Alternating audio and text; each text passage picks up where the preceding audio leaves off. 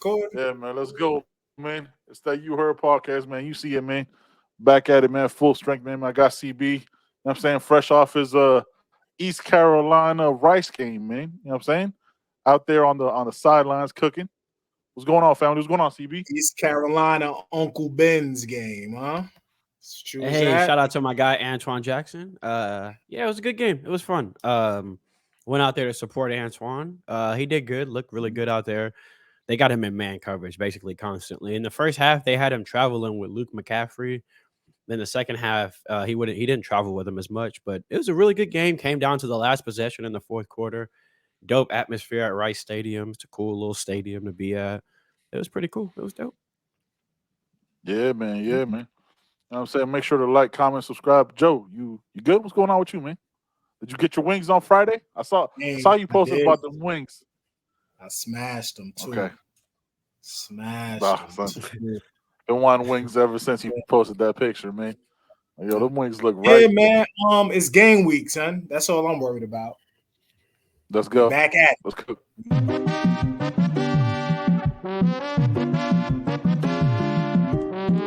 Welcome to the You Heard podcast with your hosts, Ben, Joe, and CB. We're here to cover everything related to Miami Hurricanes football, from hot topics to pre- and post-game analysis.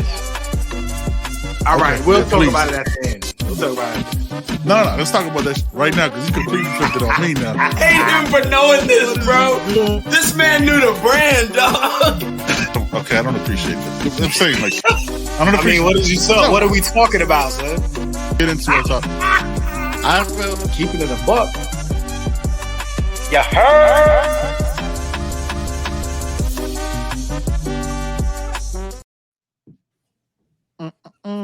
Hey, I be grooving, bro. I just be over here grooving. I forgot we were on the podcast. I was just. Yeah, man. Thank God the mics be off when that shit playing. Cause I always be. I'll be over here. I'll be over here grooving. A little bit of bachata out here in these streets, man. You don't know how we do, man. Hey, man, look, the bye week is over. You know what I'm saying? GT's on deck. How did y'all approach this bye week? How y'all feeling about? You know what I'm saying? How y'all feeling about it, man? How y'all feeling about this?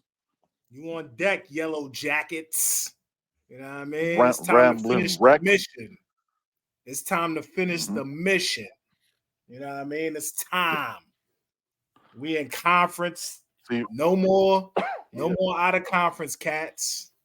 It's time. It's time to roll, man. Roll to Charlotte begins Saturday. Let's get it. Yeah, man. CB, let me ask you, man. With going into ACC play, right? We talked about it. Look, let's keep it a buck. Georgia Tech got destroyed by Bowling Green, right? That just happened. You know what I mean? Like it was ugly. I caught the condensed game. I couldn't watch more than 5 minutes. I felt bad. Like I had like secondhand embarrassment. It was not a good look. How do you think we should approach this game? Business as usual. My motto for the year will not change. Show them who we are. Everybody, whether it's Bethune-Cookman, Florida State, Georgia Tech, show them who we are. You still got to take care of business. 1-0. Don't look ahead. You've had an extra week to prepare for this one. Everyone should be well rested. Everyone that was banged up got an extra week to get healthy. Both coordinators had an extra week to cook a little bit. So don't be surprised if you see it a little razzle-dazzle from them Cajun Canes out there on offense and defense. Look, I treat every opponent the same. Take care of business, whether it's Clemson, Florida State, the Sisters of West Mary Tech University, JUCO. You know what I mean? You treat them like it's the natty. Like Joe said, it's opening ACC play. So let's make a statement in our first conference game, get a concisive dub. They looked bad last week, but we also know that, look, because they dropped the ball last week, because they paid $1.1 million to get their cheeks clapped, they're probably going to come this week motivated. Like, Joe, Ben, you know what it is. You lose at anything. Somebody next week got to feel it. Like, so them boys about to come in ready. They're going to come in focused. They got embarrassed last week. So their coach is preaching to them, respond, be different the following week, put this behind you. So let's not think we about to get the same team that got clapped by Bowling Green. These boys are going to come in motivated. We are 4-0. They need a statement. Imagine the narrative in their locker room. They need a statement win. They staring at a 4-0 team that they're about to play this week. So we gotta. Hey man, we back in there, man. Yes, we go back in. We're going to get their best. Like the message in their locker room is they got a 4-0 team coming, right? And they just got embarrassed. So their message from their coaches is going to be respond and get your statement win this week. So we ain't taking nobody lightly. We bringing a Category 5 to Georgia Tech, and you know what happens when a bunch of little small yellow jackets get caught up in a hurricane. We are everybody's Super Bowl, son. We're everybody's championship. I wouldn't say everybody. Everybody wants to beat they hate like everybody. They've been throwing that U down for a long time. They've been throwing that U down for a long time. Everybody. They hate it. They hate it. Yeah. Do they want to beat us? Yes. But let's keep it a buck. We didn't start this season being anybody's like them on the schedule because they still look at us like who we were last year. So why my ethos for the year is show them who we are. Because I don't think that people are looking at us like that on the schedule this year because I think they still got last year's Miami on their brain. That's why we had to hear crap from Temple fans. Like, bro, we had to deal with trolling from Temple because they still got last year on their mind. So show them who we are. Georgia Tech think they're going to come in here and rebound. No, it's 2 straight clappings on those cheeks. 1 week Bowling Green, the next week Miami. Y'all, look, go back to the triple option or something because what you're doing right now ain't working. And it's not going to work this week either. But they gave 5.7 on the ground to that running back last week. 5.3, 26 carries, $138 and a touchdown. Like, come on. Yeah, pound the rock, beat this team into submission, and then go home. What's crazy about that game, so I watched it, right? Like, you think Georgia Tech's going to roll. Like, they had a good kick return. I think the very next play called for like a bomb. So their offense isn't bad. Don't get it twisted. Like their defense is just garbage. Offense isn't bad. It's explosive. Yeah, they cook. A lot of big plays. Yeah, a lot of big plays, especially from their receivers. Like these averages: 18.7, 21.2, 11.2, 16.0, 15.0. And they spread it too. You got they're boom or bust. 6, 7 different guys with a catch. So offensively, they got a little razzle dazzle. You know, I feel like they're like top 15 in the nation in the offense. Like their defense though must be bottom 5. Like those holes that the Bowling Green running back was running through was not anything like he broke a couple tackles and it was tough. I mean, he wasn't getting touched for 10, 15 yards. Those holes were wide open. And I feel like it's going to be the same kind of game running plan. Back from Kentucky. basically what that was. They're tied for 17. They're tied for the 17th best offense in the nation. Y'all want to take a guess? Yeah, they have Miami a good offense. I think Miami top 10, what? right? 13? 7. Like 7. 7. Yeah. Mm-hmm. Overall offense. Yeah. Let's look at total defense. So you look at that. I think they're top 15. Like 15, 13, something like that. But pass defense isn't as good as bowling for Georgia Tech. Yeah, man. Like I saw it. So don't get after that performance, I was like, fuck. Like now I kind of wanted them to handle their business so they could come in here and then get destroyed. But now they are going to answer. But I think they'll fold just because I don't think they're deep and strong enough. And I don't think Miami's fucking around this year. Like not to say that they're going to have some letdowns possibly in the future, but with Georgia Tech, I think they're going to handle business. And it's the perfect game to start incorporating an Elijah Arroyo. That can't be a good face. What just happened? This defense is ranked 115th in the nation. They give up 6.4 yards per play. Yeah, they give up 6.4 yards per play, 14 offensive TDs. They give up 425 yards per game. Yeah. That's why the change happened. That's why we have someone else calling the defense for Georgia Tech moving forward. Well, unless he brought his own luggage. They about to. He got any defensive tackles with him? Did he? Because they like down there. Yeah. How different can an on-staff hire be though? Like how would momentum? Sometimes a new voice. Sometimes just a little bit. Isn't that the same voice you already been hearing? No, unless he was like an analyst. No. Not as a coordinator, no. Okay. Because he could be seeing things that he's like, I would have done it this way. And yeah, we may not have the players, but I could make the scheme different to where I could better utilize our players. Okay. They ain't make that switch for no reason.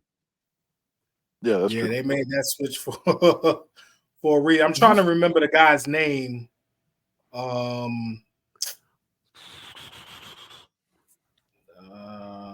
What's his name? Damn it. Let's see if I could. While Joe's looking that up. CB, you didn't get a chance to see the other terrible performances by our future opponents. But we're gonna be talking about that in a minute as a little teaser for the next segment. The Louisville NC State game. Yeah, it was Friday night or Thursday night. Friday night. Didn't even know what was happening. Night. I thought the Oregon State Utah game was the only game on. Yeah, I did. So, I completely did not. Why I was tired as hell after this week. All right, listen. So Kevin Scherer is now calling the plays. Okay. He's been the linebackers coach. He was the former linebackers coach for the Giants. He was defensive coordinator at University of Tennessee. Outside linebackers coach at Georgia. Defensive coordinator at South Alabama. So he has experience. He's been a coordinator, but he hasn't been a coordinator since like 2013. So 10 years. Well, no, 2018. I'm sorry. He hasn't been a coordinator since 2018. Okay. That was at the University of Tennessee. Okay. But he's been a linebackers coach for the Giants. So he's got a resume. Yeah, he has a resume. Tennessee teams weren't very good. Tennessee teams weren't very good though, if I remember correctly. That was a lot of turnover. Was that like the Jeremy Pruitt, like the whole, you know what I'm saying, like whoever, you know what I'm saying, during that whole debacle, it was around that. Yeah. I think if you coach in the league though, you're okay. Like it may be a little bit better or a little bit, he'll see things a little bit differently. Not saying it's going to be a huge difference. I think we still handle that, you know, but moving forward, they may be in a little bit better position moving forward. Probably more discipline, I would imagine. With a coach with that kind of resume who's been on, you know what I mean, NFL staffs, he probably comes with a little bit more discipline. And sometimes just making your defense a little bit more simple and cutting out the razzle-dazzle sometimes just helps. Like if you don't got the players, keeping it simple and just trying to execute. With that being said, regardless, I think cheeks will be clapped this week. But we got to show up and do it, right? We still got to show up and do it. It don't matter what the stats say or what Vegas says or what we say. Them boys still got to strap on them helmets and get her done. Still got to be prepared. And look, and that gives them, and honestly, man, that gives them more motivation, right? Because now they can't be like, oh, we already know what they're going to be like on defense.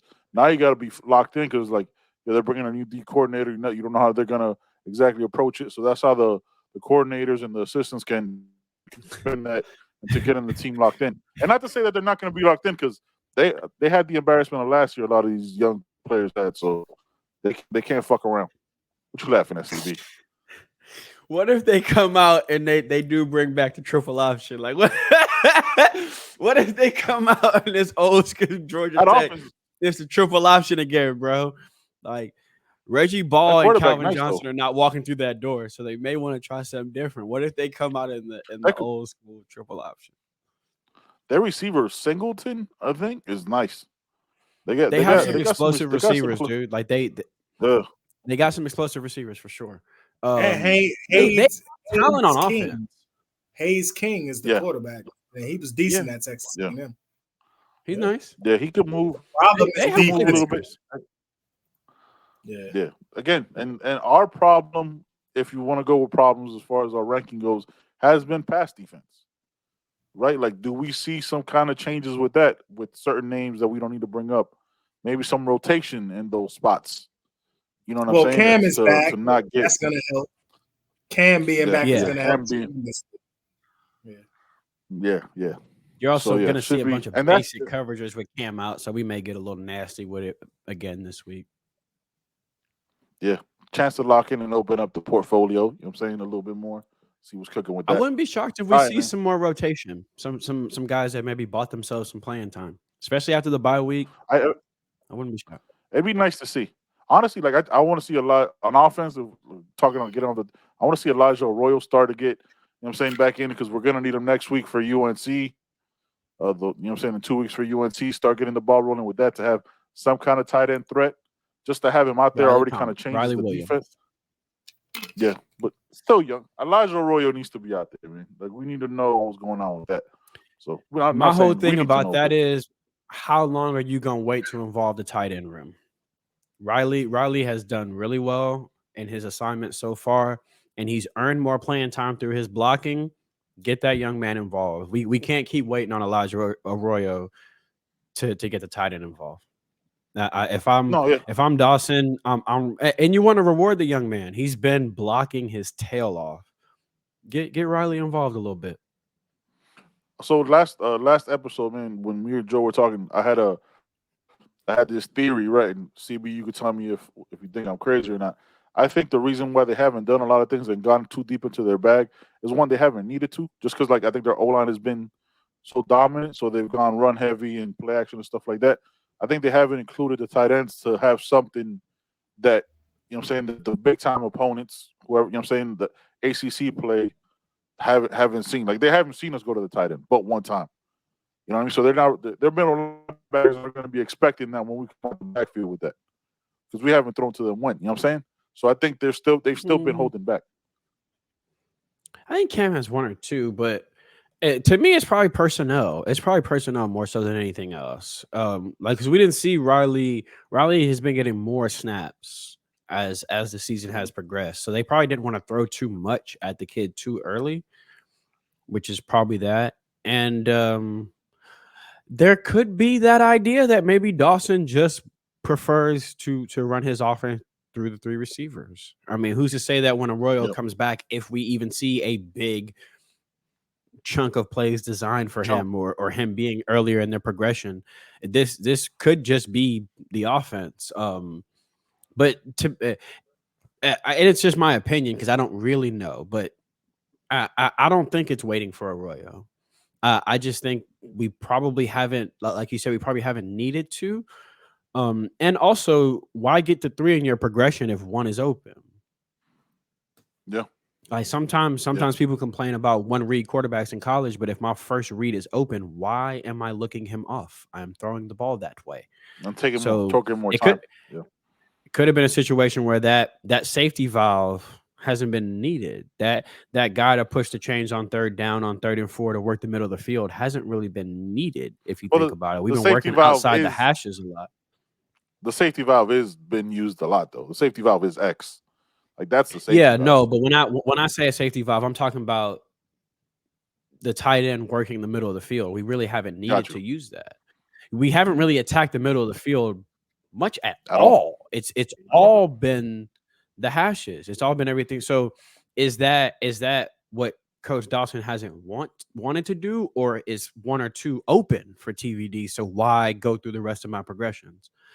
It could be a combination of both. I'm actually just spitballing a bunch of stuff on my brain right now, but it could be a combination of all of those things. But we did see a couple designs for Cam so far. I think we'll see more, and I think we'll see more from Riley.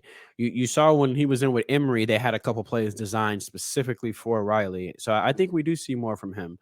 But again, incoming freshman, so let's let him earn that too. And then the way he's been blocking, dial something up for that kid, man. He out there blocking like a right tackle. They got to get him involved somehow. Yeah.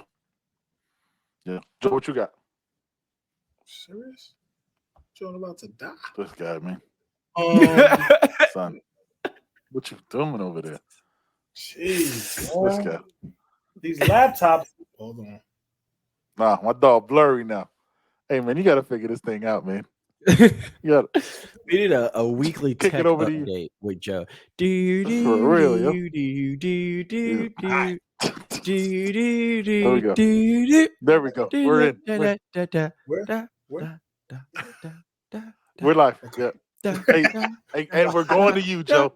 And we're going to you. Little background music. Oh, and we're back. Yes. We're back. Yes. Yes. Yo, so, Oh, listen, Lord. tight ends. Paul. Yeah. Tight ends. Yeah. CB, you made a good point. We haven't attacked the middle of the field. I think that's coming. At all. You know what I mean? So that's the offense, right? Spacing. Yeah. So attack the perimeters like we've been doing. The middle of the field will be wide open, and the tight ends will be, utilized that way. Like you said, we really haven't had to get into the bag. Coach Dawson hasn't had to go in his bag at all. Like he's chilling right now. When your basics work, when you can just come out, line up, run the ball, control the clock, live off play action, it's easy money. You know what I mean? So I think the tight ends are going to get involved. Like I said, it's conference play now. Everything is on the table. It's time to go get it. So I think they'll get involved. I think we have a lot of weapons on offense, man. Like I don't think people realize the weapons on offense, man. Like Brashard hasn't gotten that many touches. Like we got so many gadget guys that. Damn, Tyler Harrell's been targeted a few times. You know what I mean? Ray has gotten some stuff. We still got Robbie sitting over there. We got Shimmy sitting over there. You see what CJ does anytime he touches the ball. You know what I mean? He needs more time. It's so many guys, man. So we ain't even seen the running back screens yet. It's coming. We ain't even seen the running back screen game yet. We almost had one. We almost had one wide open against A&M. That would have been ugly. That would have been an easy touchdown. That would have been an easy touchdown. Yeah, that was bananas. So, like, also we got to remember, man. Like, obviously, y'all know, and everybody who Elijah Royal's still coming off a major ACL injury. You know what I'm saying? So he's still working his way back. There's really no need. We've done this. We put up these numbers. You say whatever you want against who we played with. You know what I'm saying? Everybody plays, you know what I'm saying, what they played at the beginning of the year. The numbers are the numbers. Like, we've been putting these numbers up out a tight end without, you know what I'm saying, and without doing what we need to do down the middle of the field. And that might change. And then how do you cover us? Then how do you cover us when you have the option of a Riley and an Elijah that can both run routes and both block their asses off? You know what I'm saying? Like, then what do you do? Because we still have those three receivers out there. It's not like one of them comes out. They still out there cooking. And we still have Henry Parrish, so it's gonna be crazy, man. All right. And you still got man. You still got Skinner chilling. Like, if Skinner gets his shit together, that's another weapon. That's crazy, man. Honestly, I thought that would be Coach Dawson's favorite guy to work with this year. When we hired Coach Dawson, my brain went, Jaleel Skinner about to be a first-round draft pick.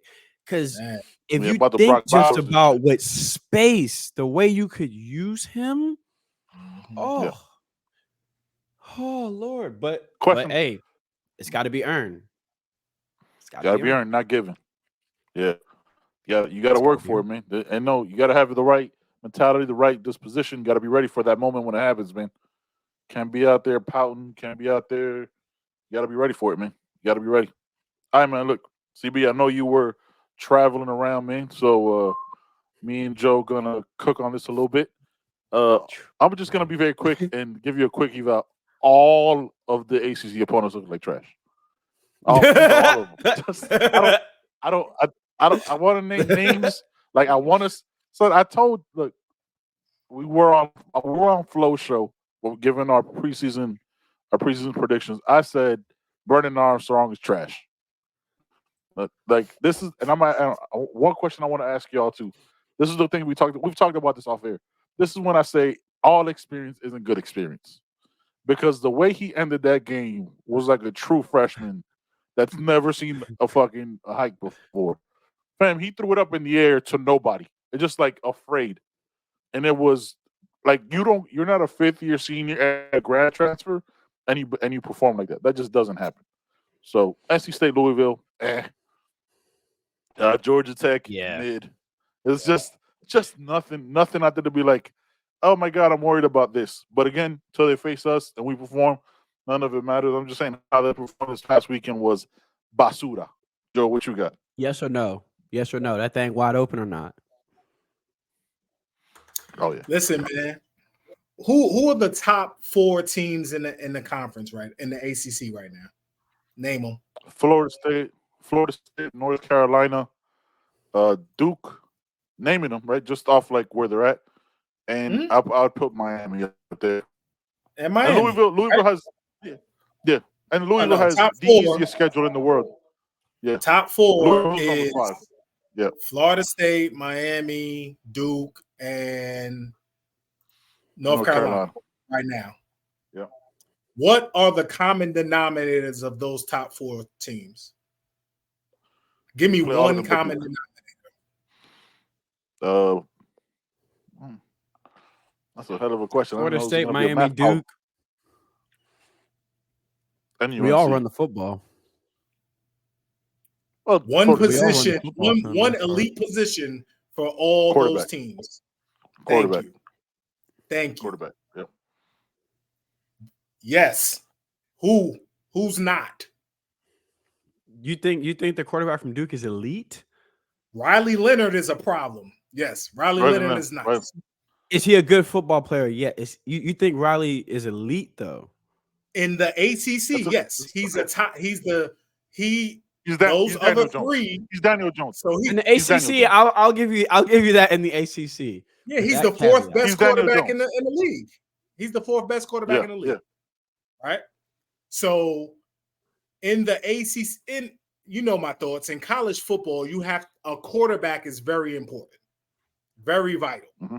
You know what I mean? Oh yeah. So in the ACC, we have Miami with TVD, Florida State with Travis, Duke with Riley, and Drake May. UNC with Drake May.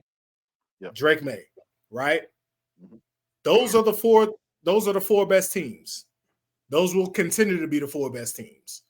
Like the quarterback play at Louisville, we saw what we saw. The quarterback play at NC State, we saw what we saw. Mm-hmm. We saw what we saw. I mean, wow. Who we got? Clemson quarterback play is getting better. Like it's getting better. Which bothers me. Which annoys me. Which annoys me. If I'm being honest. Yeah. Yeah. It's very interesting. Okay. What's up? So far, let's be looking at stats. The top 4 quarterbacks in the ACC.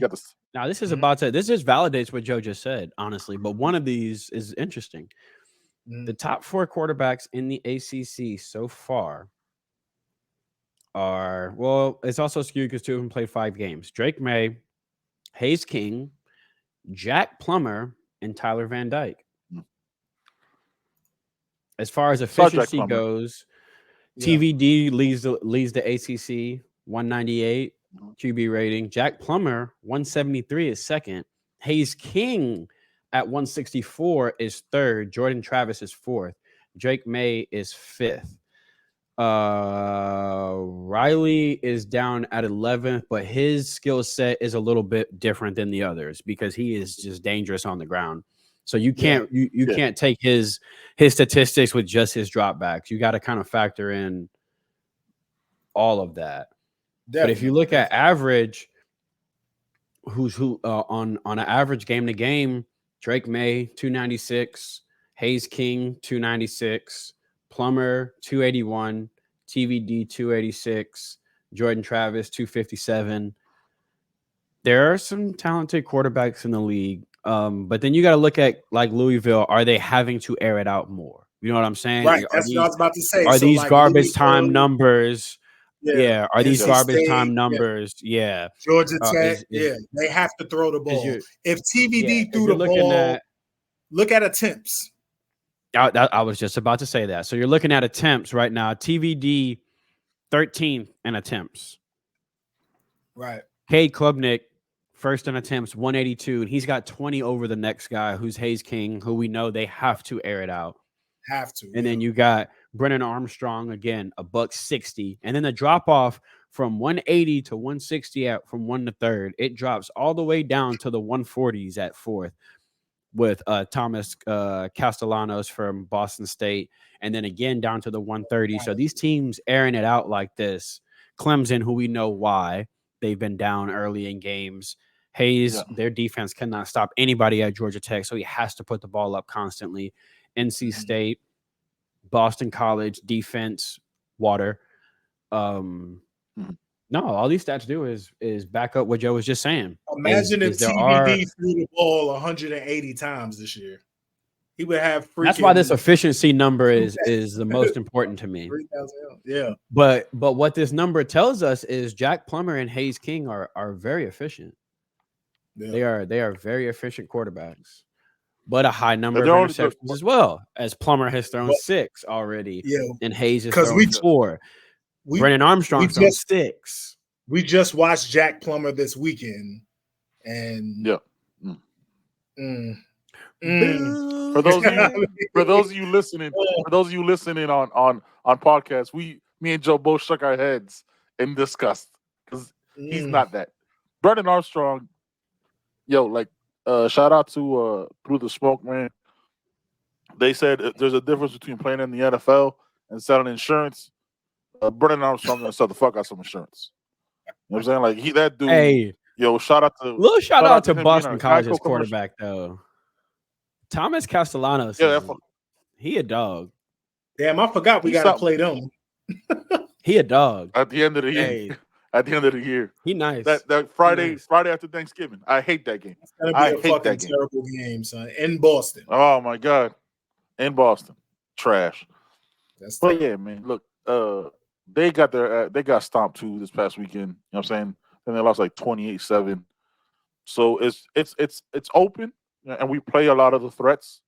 Louisville's only game the rest of the season is us. Like they have the easiest schedule. Like they don't play any. I don't think they don't play North Carolina. They don't play Florida State. They don't play Clemson. That's crazy. So they don't play any of those. Yeah. So they have a chance with that easy ass schedule to be in the ACC championship game because they don't play. We're the ones that had to stop them. Like, or else they could easily have a crazy 11 in 1 year, and they play nobody, fam. But we thought nobody is, but look at North Carolina State. If they had a quarterback, easily beats them because that defense was playing out of their minds at that night game. Hopefully, our day game with NC State is a day game because NC State at night totally different than NC State during the day. My God, that is a different experience. That walkout is kind of dope too. Defensive stats are very interesting. And listen, man, week to week, man, it changes. Everybody's not going to look the same.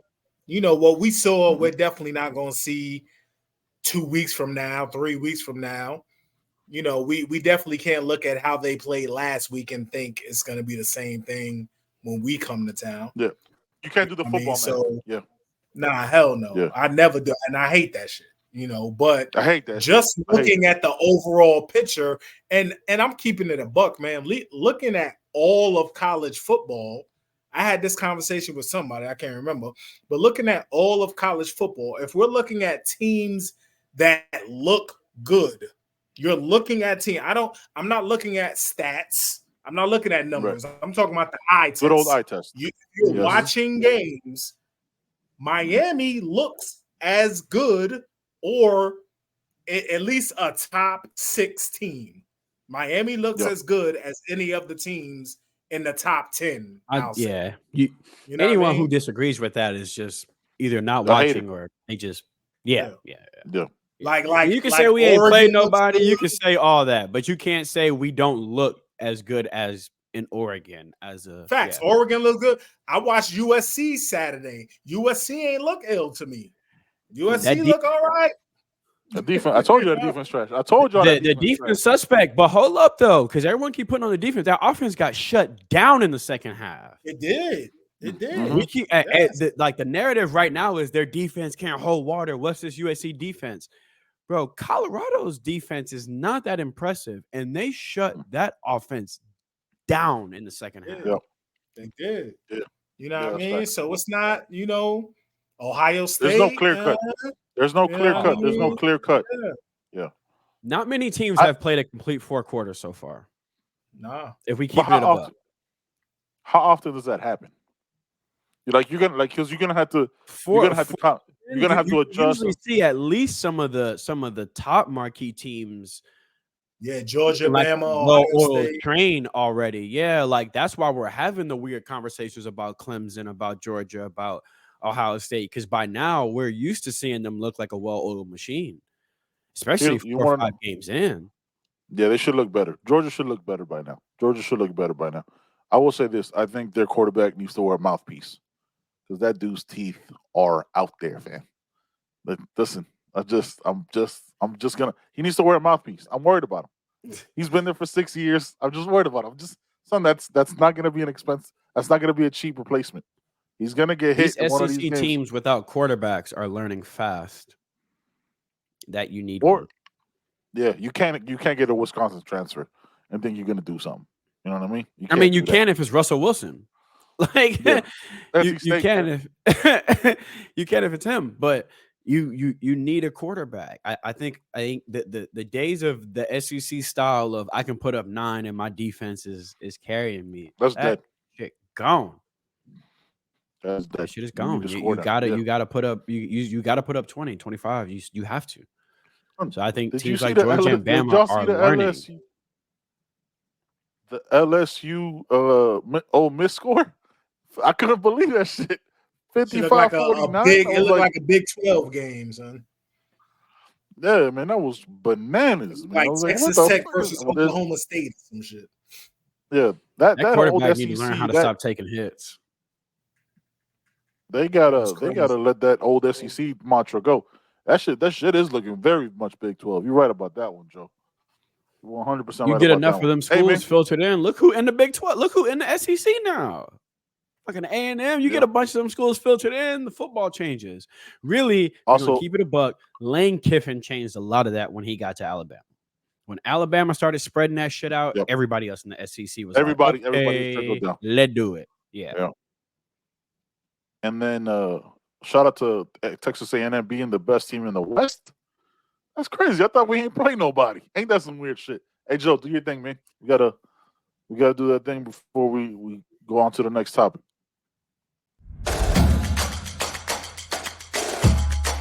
Welcome to Caneswear. New store, new items, same great experience. Family owned and operated since 2010, Caneswear has the latest merchandise from the Miami Hurricanes, Miami Dolphins, Florida Panthers, Inter Miami CF, and more. Come visit us at our store in Davie on University Drive, just south of 595, or online at caneswear.com. Caneswear, the spot Miami fans shop. Hey, new store. We been there. It's bigger. The line was still out. That's way bigger. But that didn't change. You know what I'm saying? We were out there. I'm saying I bought this at Caneswear 7 years ago. You know what I'm saying? Wow. That's how long I've been going. That's how long I've been going. Yeah, that's how long I've been going to that store. All right, man. Look. Wow. Recruiting never ends. This past week, we had all our coaches taking PJs all over the country. I'm saying going in homes, watching games of upcoming recruits. Mario was 24 at class. Central. Yeah, Mario was everywhere. Mario was at Central. Adai was, you know what I'm saying, traveling the country for cornerbacks, seeing what's out there. We gonna KB just approach this at a the little crib, different. but he in his bag. He at the crib, but trust me, he in listening. his bag at the crib. Yeah. Shout out to him wearing the glasses, you know what I'm saying, old school style, you know what I'm saying, with the phone at a distance, making sure you can read that font. All right, man, look, 24 class is mostly flip season now, right? For the most part, they're committed. You know what I'm saying? That's flip season. We're looking at the 25 already. Yeah, that's right. 2025 is already on deck. And there's names already flying off the board. Joe, who are some of your top targets heading into 2025, man? All right, so we got our quarterback already, right? Look, Nickel. Yep. Yes, sir. Do we look for another one? You know what I mean? So I'm looking at TJ Lateef. I think he just got an offer from us recently. And I've watched him a little bit. He's short. He's like 6. I think he's like 6 foot, 6'1". 6'1.5", what they got him listed at. Yes, I don't know if you're going down or up. You know? Yeah. Did you make him taller? You can't get 2 6-footers. Yeah. They usually make you taller or bigger. You know what I mean? Yeah. Who? Luke Nichols, 6 foot. Yeah, Luke is Luke's 6'2", 6'2", 205. You see him next to Ryan G. He's 6 foot. He's 6'2". Luke a big kid. Yeah. Okay. Yeah. Because Ryan G like 6'7". Yeah. So TJ Lateef, you know, man, I like him. Quarterback, I'm not really worried. Usually you have to get a quarterback in each year. So every I think year. out 25 Cube, I think Luke is that guy for 25. So what I really want to focus on is wide receivers. Because in 25, Lord have mercy. It's a problem. Yeah. Lord have mercy. The Lord is my shepherd. He know what I want. 25, son. It's not a game. Then we locked in somebody for 25 already, right?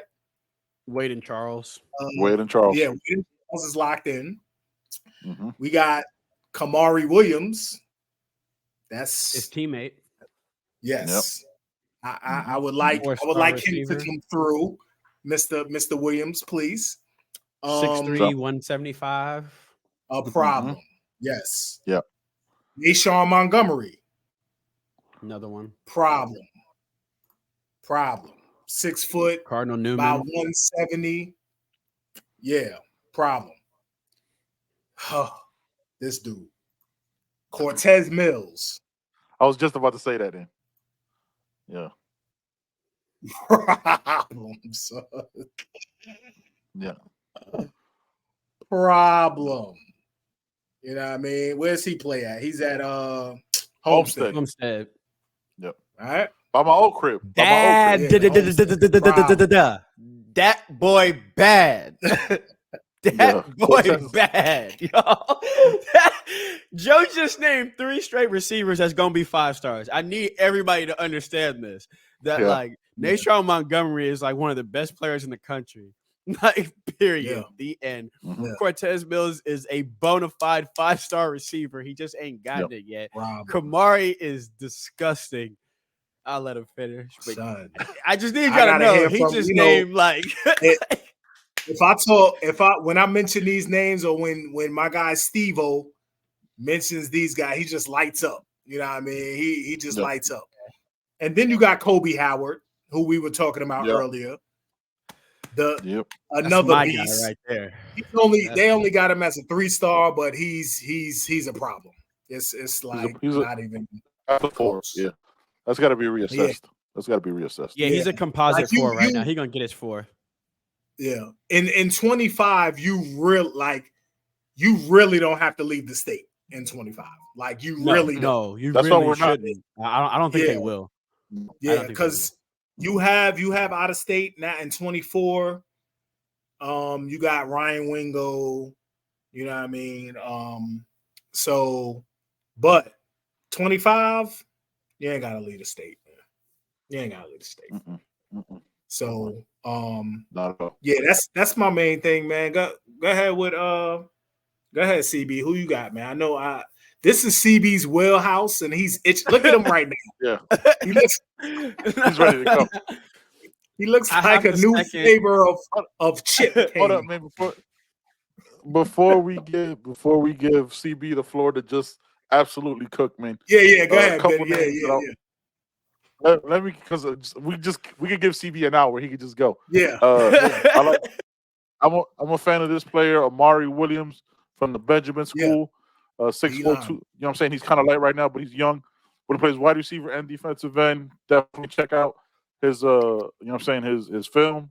They got to get that figured out. Ben Hanks Jr., you know what I'm saying?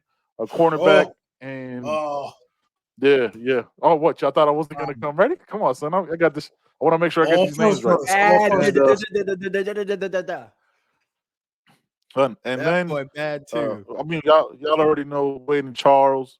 Look, man, we gotta lock down the state because I'm looking at the 24. I'm looking at the 24 and I'm just looking at Florida. If I'm keeping it a book, I'm not, because we gotta lock this state down. Yeah, man. I think I'm gonna go with those two. DJ Pickett. Yeah. I'm taking DJ Pickett in there. My bad. No, we didn't, man. No, we didn't take. You know, you still got something. All right, I want your thoughts, CB, before you start cooking with the rest of your names you're about to rattle off. Tell me what you think about, because same way Joe feels about a quarterback, I feel about a running back. I think every class you got to get at least one running back, because that, you know, saying that position rotates so much and people leave. What do you think about American Heritage running back DeAndre Desanor? Have you looked at his film yet?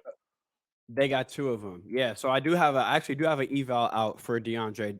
They got two running backs. Byron Luis, 4-star running back from American Heritage. Listen, at my running back rankings or whatever, that's A1 for me. We need to lock that up. He at the crib. He done ran in the same backfield as Mark Fletcher. We need to bring him home. But his running back mate, DeAndre Desanor, is lightning in a bottle. He's Nycar at running back. That boy is electric.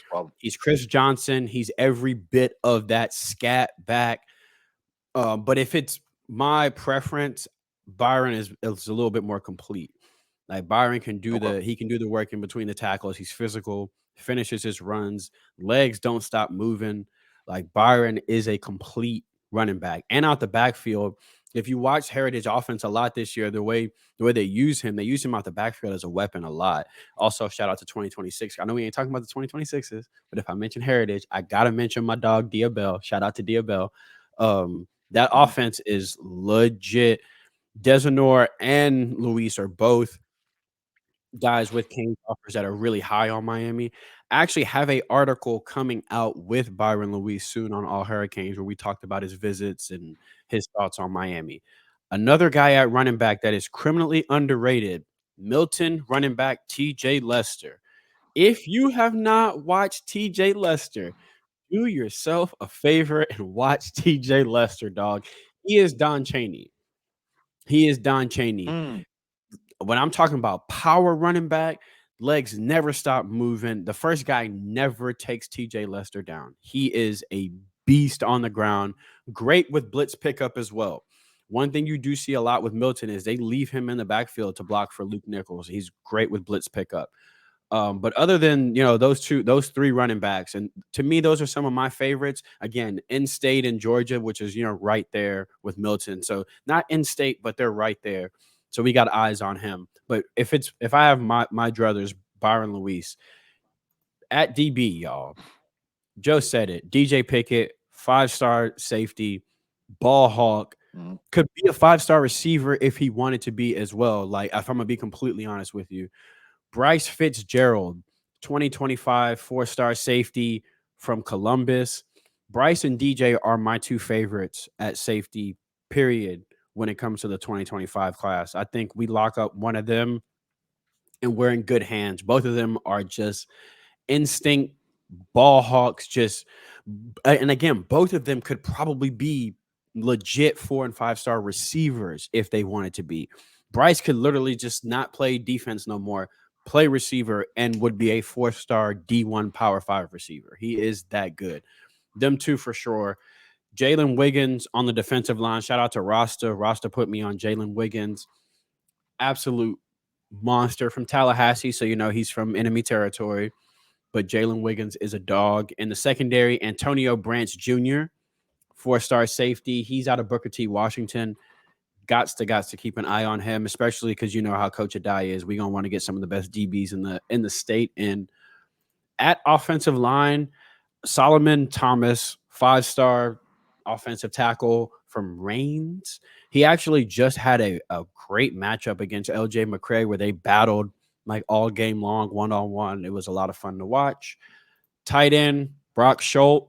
He's more of an athlete, 2025 kid. 4-star athlete is what he's listed at, but he is a tight end. Ryan G, 4-star tight end from Milton. Ryan G is the do-it-all. He baby grown. He blocks like Cam McCormick. He can run like Jaleel Skinner. He's got good hands. He's the kind of tight end that they leave in to be an extra tackle for our quarterback, Luke Nickel. Another bonus for Ryan G is ever since him and Luke Nickel have been playing football, they have been teammates. Ryan G has never had a quarterback that is not Luke Nickel in his entire football life from youth on. It's kind of crazy when you think about it, right? Like nobody moved. They just always stay together. That's crazy. Yep. Yeah. From Little League on. There's a couple linebackers in this class. Elijah Melendez, 4-star linebacker. Mantrez Walker, 4-star linebacker from Beaufort. Gavin Nix, 4-star linebacker from IMG. But the linebacker in this class. Say it, son. Say it. Is Zay Walker. Zay Walker is 1.81, probably on defense in the front seven, period. In the 2025 class. Now that we've gotten Armando Blunt, 6'3", 220, monster. In the middle, coming off the edge, in coverage, run support, whatever you ask this dude to do, that's 1.A1. That boy is bad. He is him for sure. And going back to Miami Central, 2025 defensive end, not ranked currently, D'Angelo Thompson.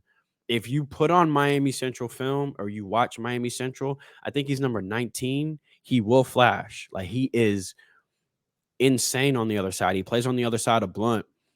Absolute beast.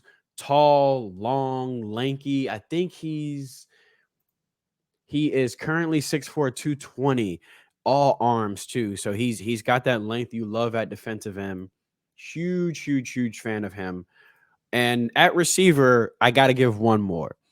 Vernell Trey Brown III from Jones. Just electric. He's one of those Robbie Washington types where, can do everything in the middle of the field. After the catch, he's just nasty. 50-50 balls for a smaller guy, 5'11", but when the ball is in the air, it's his 100%. High points to football like he is 6'2". Absolutely elite receiver. Like Joe said, I don't think we leave the state. Like, you look at Vernell Trey Brown III, Kobe Howard, Nashawn Montgomery, Cortez Mills, and then you got other guys on that raw team. Kenny Williams from Gulliver, who's an absolute dog.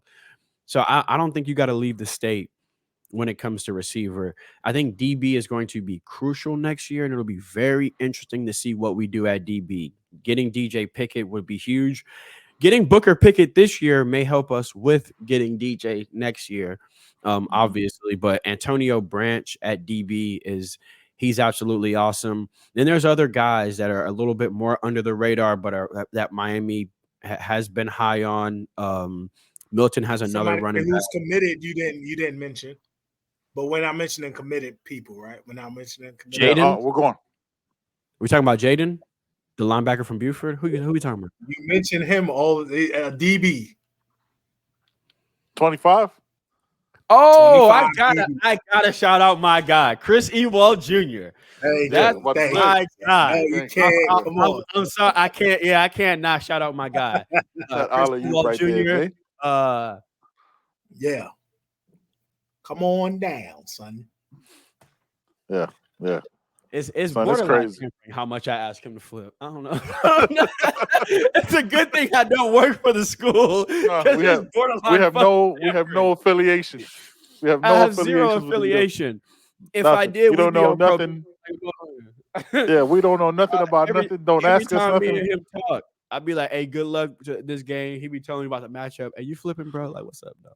What you doing, man? Yeah, what you doing over there? It'd be random. Hey, bro, you gonna post that video? I'd be like, "Yeah, you flipping?" Hey, man, you need. I'd be like, "You need help with your notes? You need help? I got you." But he nice. Shamanon got another corner out there too. KJ Kelly Seajor. He's gonna blow up soon too. Nice cover corner. So the 2025 class is still wide open for us. And then that's not even the out of state. That's just state. That's just Florida. I was going to ask. I want to ask about one person out of state. I don't know if we even have a chance, but Naeem Alford, the corner. Oh, the 5-star corner. Yeah. Okay, so I differ on some people that have watched him. I think as an offensive weapon, he is special. Like, I think he is DeAnthony Thomas, like Kenyon Barner, Stedman Bailey, Tavon Austin, kind of Dexter McClutchin. If these names ring a bell to anyone who's like a college football fan, like, I think he's that. But at corner, he's literally like a generational talent. Like, it's kind of like asking like Ellis Robinson to play receiver, essentially. Like, as much as I want him to play offense because he's used as an offensive weapon where he is, at DB, bro's so good that they play him on offense because nobody targeting him. Like, you're not throwing the ball over there. There's a premium. I'm talking about instincts, ball skills, too good. Like, they don't throw the ball over there.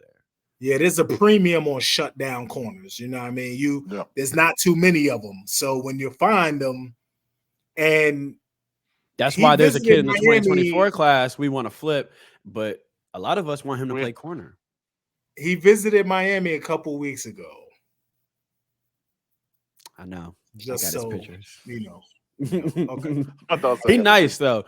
And again, like, bro, like Joe said, that premium on like that premium on true shutdown corners, like when we say true shutdown corners, we're talking about like Ellis, like guys that like travel with their one. I'm talking about guys like if Shamanon show up, he got JJ. Not that he gonna shut down JJ, but that he got. Are we talking about that guy, the guy, that Revis type? Shut down your side of the field kind of corner. Orford is one of those guys. But like Joe said, that one's going to be a rough one for us just because of where location, he is. That SEC PR that and then I fully imagine that the longer the 25, the further we get, we're going to start seeing the defensive line maybe come from outside of South Florida. Some of the bigger defensive tackles probably come from out of state. So, but you see, they have already addressed. They got to me, and I think it's almost a consensus. They got the best defensive lineman already in the 2025 class. Armando Blunt. Armando Blunt is. I don't care who is. This not a homer take. This is watch him play football. He is the best defensive lineman in the 2025 class. But I think for DT, we may have to go outside of Florida. But then again, like Shamanon has one. Anthony Smith, super high on Miami, big kid in the middle. So you may not have to go too far. Rope that thing off like Snellenberger did and call it a day. I'm looking at this young man, defensive lineman, 6'4", 6'5", Jalen Wiggins from Tallahassee. Yeah, so that's he nice. He's one of the first ones I mentioned. Rasta is high on him. Yeah, Rasta's the one that put me on him. There's also Jaquez Carter. He goes to Newman, right? I think so. So one of the things when you go down the list on 247 or whatever. They look. I appreciate that they break down how many players are on the roster for that position. So that's why you see there's not for right now. There's a lot of cool on offensive linemen. Another thing I think you always got to build up the trenches, and that would be 25 would be going into what Samson's. You know what I'm saying, all the linemen that we got this year going into their either junior year or redshirt sophomore year, right? In that class. So you gotta come in. You're gonna have to go heavy on the O line with that one too. And the number one overall player in the 25 class is the offensive lineman from let me see if I can remember this. From North Carolina. No, David Sanders is the number one. Oh, DJ from Charlotte. Yeah, from DJ. Charlotte. Yeah. So I'm saying that's the number one player. Yeah, he has an offer. But in all of them you'll see a lot of just cool. Nah. Yeah, that's not. I think 25 will be the interior. It'll be the interior offensive line. Like it'll be time to get center guard. It'll be time to get that elite guard because we got the bookend tackles. I don't know how much you're going to convince a bookend tackle to come and sit behind Pancake and Francis. So, but I do think you can convince somebody to come be the next Matt Lee. Go find the best center in that class and tell them just follow his footsteps. I think you. As I'm saying this, I realize we got Antonio Tripp. You know what I mean? We have like where our O line was so heavily recruited that we have depth coming up. McCoy so there's a lot of got a lot of guys that are going to get redshirted. So it might not. Yeah, that could be a guard. That's a hell of a guard right there. That's a big ass guard. That's a big ass guard, dog. That's guard, bro. That's a big ass guard, dog. So yeah, maybe offensive line might not be till 26. Maybe two players. You know what I'm saying? Two linemen there, but yeah, maybe bigger plays in 26 for that. Yeah. Once you got the goal could be the same. You have a younger Kinsler as well on the way. Yes. Defensive end though. Yeah. He big as shit. He big Jermaine, as right? shit. Jermaine? Yes, bro. No, he's 6'7", 250 right now. He's a sophomore right now, right? Or a freshman? He's either a freshman or a sophomore right now. I think it's sophomore. The Kinsler household must have them big ass doorways. You know what I'm saying? Like they got to be arches. You can't have no regular ass door frame because Tommy Kinsler is like 6'8", right? 6'7.5", 6'8". So 6'7", 260. He's 16 years old. That's what I'm saying. Go damn sense. I don't even understand that kind of math 16. On that. Yeah, just turned. That's crazy. That's a D tackle right there. That's a D tackle. Yeah. Oh, 100%. Oh, yeah. And he went against his brother his whole life growing up, so you know he gonna hate every guard and lineman that comes across him because he's gonna be ready for it. Man, that's crazy. Hey man, y'all see how deep this goes, man. 25. We're already talking 25 recruiting. 24s, the targets are flips now. You know what I mean? There's names set on the board and all that, man. But we got 25 to the 26 class already. The 25 seasons already, you know what I'm saying? There's already commits dropping. There might be early enrollees coming through because you graduate early. You never know. You know what I'm saying? That's the rumor. We'll see what happens with that. You can sit him on ice and he's already there coming in for 25. So there's a lot of things popping, man. It's crazy. ACC also don't sleep on these out of state receivers seeing this offense and wanting to slide. Like I know there's some cold ones in state, but they gonna start seeing this offense and go, "Hey, let me go. Let me quarterback go." Talking about quarterback two. Yeah, there's people watching this that are that might already have a hard commit somewhere else. You know what I'm saying? The phone don't stop. Phone don't stop, man. They send texts. There's conversations that are being had. All right. And, you know what I'm saying? I'm doing it.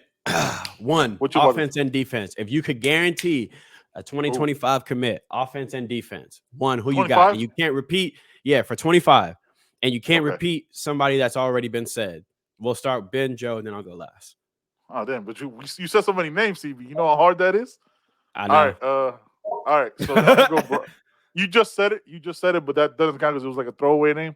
Offense, I want a 5-star quarterback, man. I want Bryce Underwood. We got a 5-star quarterback. Oh, Luke Nichols 5-star. Not yet. Fuck it. Bring them in. Bring them both in. I want them both. I want a guy above. All right, so defense. Damn. All right. Yeah, I'm gonna go 25 kid, man. I'm gonna go with that young man, Amari Williams, man. The one up. I like him. I think he's gonna. He's I saw the huddle. I was like, this guy's an athlete, man. 86-yard pick six because he plays DN wide receiver. It just don't even make sense. It don't. And he was running away from the crowd. So yeah, Amari Williams. Because it's easy to go to 5-star, man. That's and also personally, the reason why I picked him, Benjamin School. You know what I mean? That's just. He just got quoted today talking about Jason Taylor though. Yeah, just today I saw it. He did an interview. He was talking about JT. That's gonna be a continuous quote. Look at what that's fam. Like, look at what the defensive line looks like this year. We lost 2 or 3 players on that D line, and there's been no drop off. We've been one of the best D lines in the country. I don't give a fuck who we played. His development as a coach, to me, like, I know a lot of people looking at like, oh, Bane, oh, Jaden looked great already. Look what he's done with Harvey. Yep. Mesidor. Look how much better like Harvey looks this year. Now, I'm not saying Harvey was garbage or anything, but look how much complete and more solid, you know what I mean? And just legit, he's looking already this year. I think the biggest difference, has been the confidence that these coaches have instilled in the players.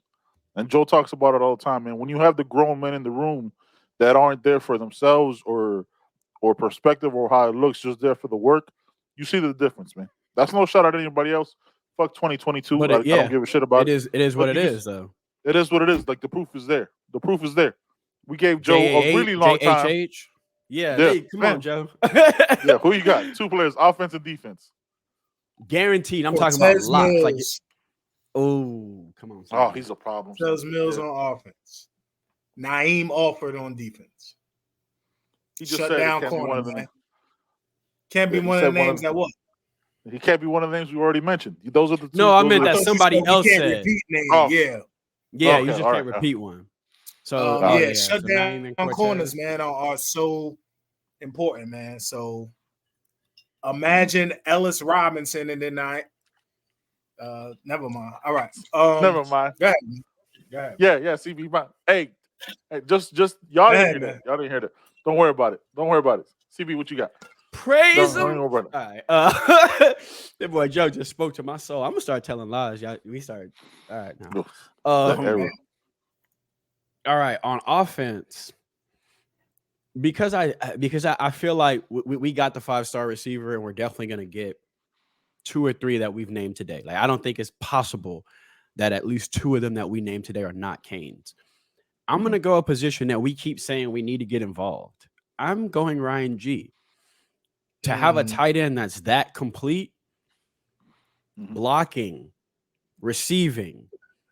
I think having what do we open this talking about? When are we going to get the tight end involved? When are we going to get the tight end involved? You look at how bad Colorado's offense bogged down recently until they got that kid Henderson involved, that tight end, and how much that has opened up their offense, having somebody work the middle of the field. Watch if any of you watched Notre Dame last night, receivers struggled horribly. Who stepped up for them? Their tight end working the middle of the field. You get a dude like this, and his best friend is probably going to be under center for us.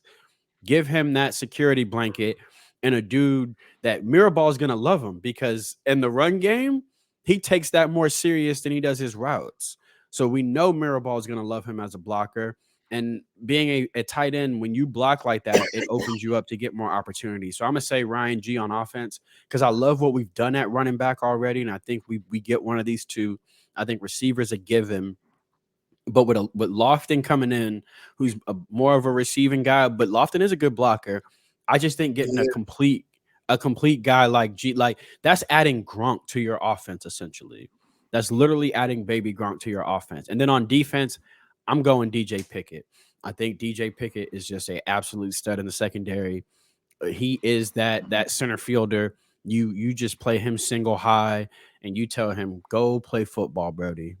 No calls matter to you. You just play center field. His instincts are crazy. His closing speed.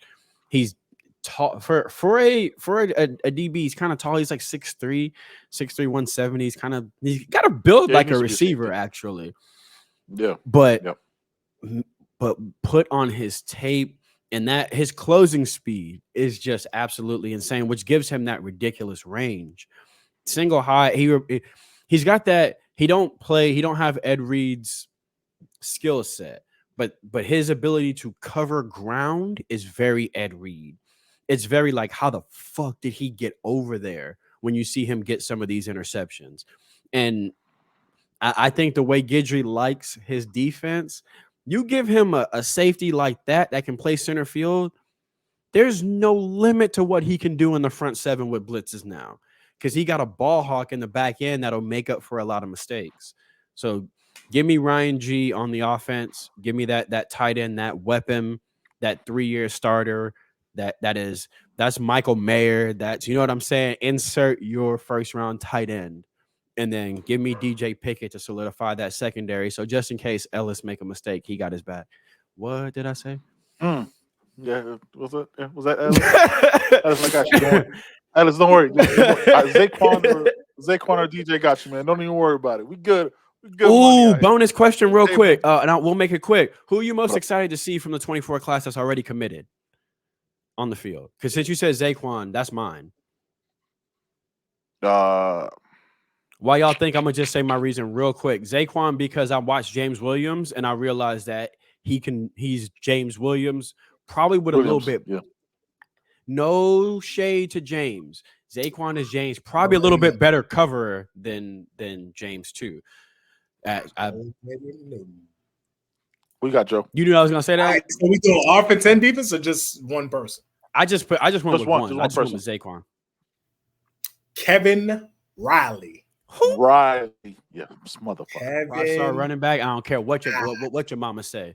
5-star. 5-star. Hey, listen, this is an easy one for me, man. I call him Juggernaut, man. But y'all know Artavius Jones, son. Like it's not even. Yo, when he did that drop, baby stat right there, dog. Watch the huddle. We watched it. CB's watched it. Watch the huddle when he does the fucking like a side move to, you know what I'm saying, like a juke to the side with a swim move when he's just learning how to play football. And guess what? It's the dumbest shit I've seen in my life. Mind you, yes, we stopped it on a wide receiver on a tight end screen and that shit like. But that move right there, I was like, I don't know. I don't understand football anymore. I don't understand how a person that big can do that and not break both his ankles. Like that was insane. So Artavius Jones. It's a ridiculous. He got pass rusher moves that don't make sense because he just started playing football yesterday. So it's like, how'd you even know how to do what he doesn't know? Yeah, he doesn't know what he don't know. It's bananas, man. It's bananas. Hey, man, look, bye week is over. GT's on the clock. You know what I'm saying? So we're already starting to give y'all the recipe for 2025 recruiting because this shit don't stop. I didn't mean for that to rhyme. I apologize. Hey, man, I got nothing else. He's a poet and he knows it. Battle rap, you heard style. We up out of here, man. This is that You Heard podcast, man. We out. Peace.